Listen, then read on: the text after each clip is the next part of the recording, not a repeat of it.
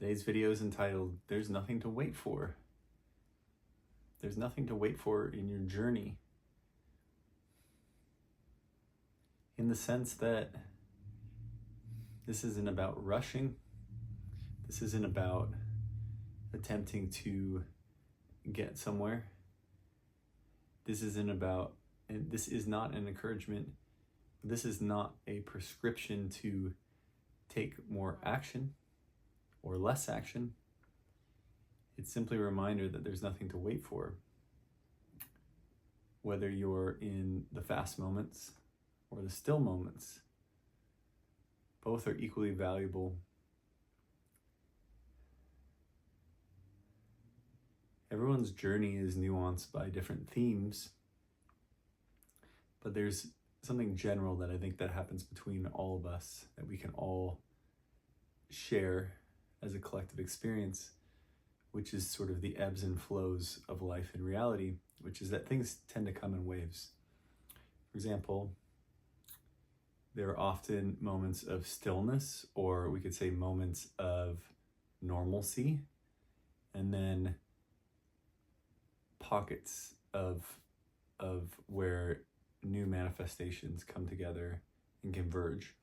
I used to watch this at my house when I was living in LA, where the street would be completely empty, and then all of a sudden, right at the same time, like 4 people would come around the corner, like walking their dogs, and like 4 cars would all come together, and they would all like kind of like come together for this like little interaction that they would have. And then, you know, sometimes they would like beep at each other or whatever, and then they would go and they'd be gone, and then the street would just be totally still and totally silent for like another 5 minutes. And I'm like, isn't it interesting that literally like there was no one, and then all of a sudden there was like 10 people all at the same time. And so you get to watch how things work in both streams of consciousness, but how that things tend to manifest in sets. So it can be very easy once you realize that to sort of treat this whole thing and feel like that is like a drug where you're like, I need another set. But that actually sets you back and slows you down, and doesn't allow you to enjoy the whole cyclical cycle of every moment. So I think the biggest part of this journey, and the theme I feel like talking about today really is not only learning to love where we're at, but a recognition that it is our goal and almost like our purpose. I don't want to speak for anyone else's purpose because I think we all have different intentions, but I feel my purpose is to bring love into new places, and this only seems logical because when you think about it, all of us are a form of consciousness, and we as humans have come into this vessel, into this reality, and we've focused ourselves in such a way that we've created the illusion that we are separate. We've become so focused through beliefs and through thought forms that we appear to be, we're creating the illusion of being trapped in this experience. And so we've done this in a number of ways. And so one of the ways we've done this is sort of created the ironic principle that is, if you try to get out of something, you're actually resisting it, so you attract more of it. So the point is, the only solution is that we need to learn to love this ride and this journey and all the things that come up in our lives. Why? Because when we change, everything changes. The reflection changes. I hear people talk about that a lot. Like if you change, the reflection changes. If you change, your reality changes. So how do you change? You change by literally feeling differently and seeing the same things through a different lens, through a different emotion, through a different belief system. Literally seeing them as you are a different person, saying, okay, this one situation is coming up. This frustrates me. Okay, but there's a version of you that sees that same situation and is not facetiously, like legitimately is like, wow, thank you so much. I'm so grateful for this. I'm literally so grateful for that. And so you think about, people talk about that a lot when they've gone through some great challenge and they say, oh, but now years later, I'm really grateful for that. Well, isn't that really strong evidence that that person has literally become someone new? They became someone new who now views that same situation, instead of negatively, they're viewing it positively. And so the point is, are they viewing it that because now they're not a part of it? Well, or are they not a part of it because they became someone new? And so we really have to look at what side of the equation we actually have control over.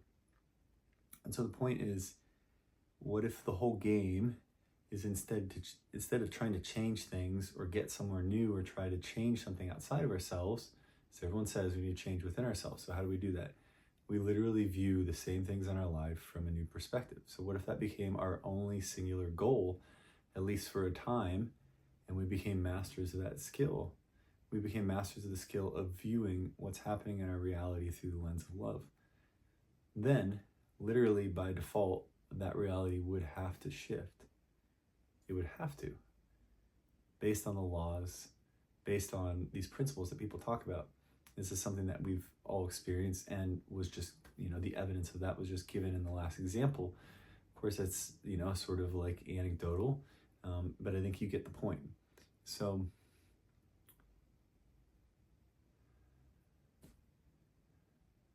why do we do this? Why have we set up this game for ourselves?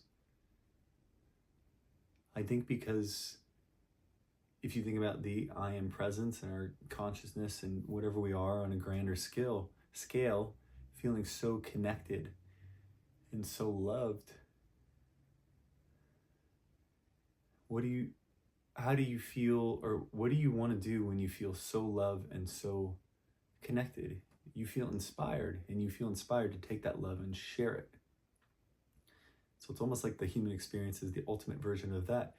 We felt so loved and so connected that we wanted to manifest ourselves into, we felt so loved and we felt so connected that we wanted to bring that love and that connection into a place where it never had been before, into this incredibly challenging, incredibly contrasting experience that it is to be a human on this planet.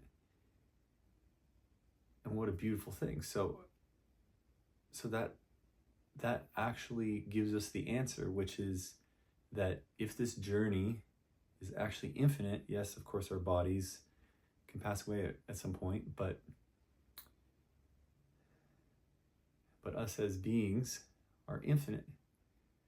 Some people believe in reincarnation and coming back, and there are these lessons that maybe we set up for ourselves, or these themes we set up for ourselves.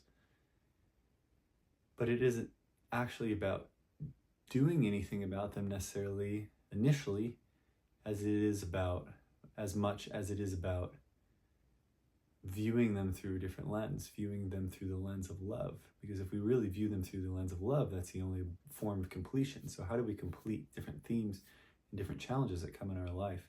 We literally have to become someone new. We have to become the version of ourselves. We have to become the version and the perspective that already exists, that feels complete. And what does a complete version of ourselves feel like? It feels completely at peace and in love. So it really is our purpose to bring love into new places. So, that being said, with every challenge in your life, instead of trying to escape it and get to another reality, because this game is infinite, what if we're incredibly thankful for the opportunity in which to bring love into new places? Because if we didn't have that, the pendulum has swung so far in the other direction, and then everything was love and everything is connection, and that's wonderful. But then there's nowhere to go with inspiration. So we have found the perfect sweet spot. how thankful we get to be, which is ultimately the infinite experience of expressing our love and bringing love into new situations and becoming and getting to experience the feeling of being complete over and over and over and over, and getting to have the experience of being inspired over and over and over and over and over again. So when we're able to really love and be incredibly thankful for every step of the journey, or journey through infinity, is a really beautiful one. And more that we do that, that gets reflected back at us. And it just becomes a lot easier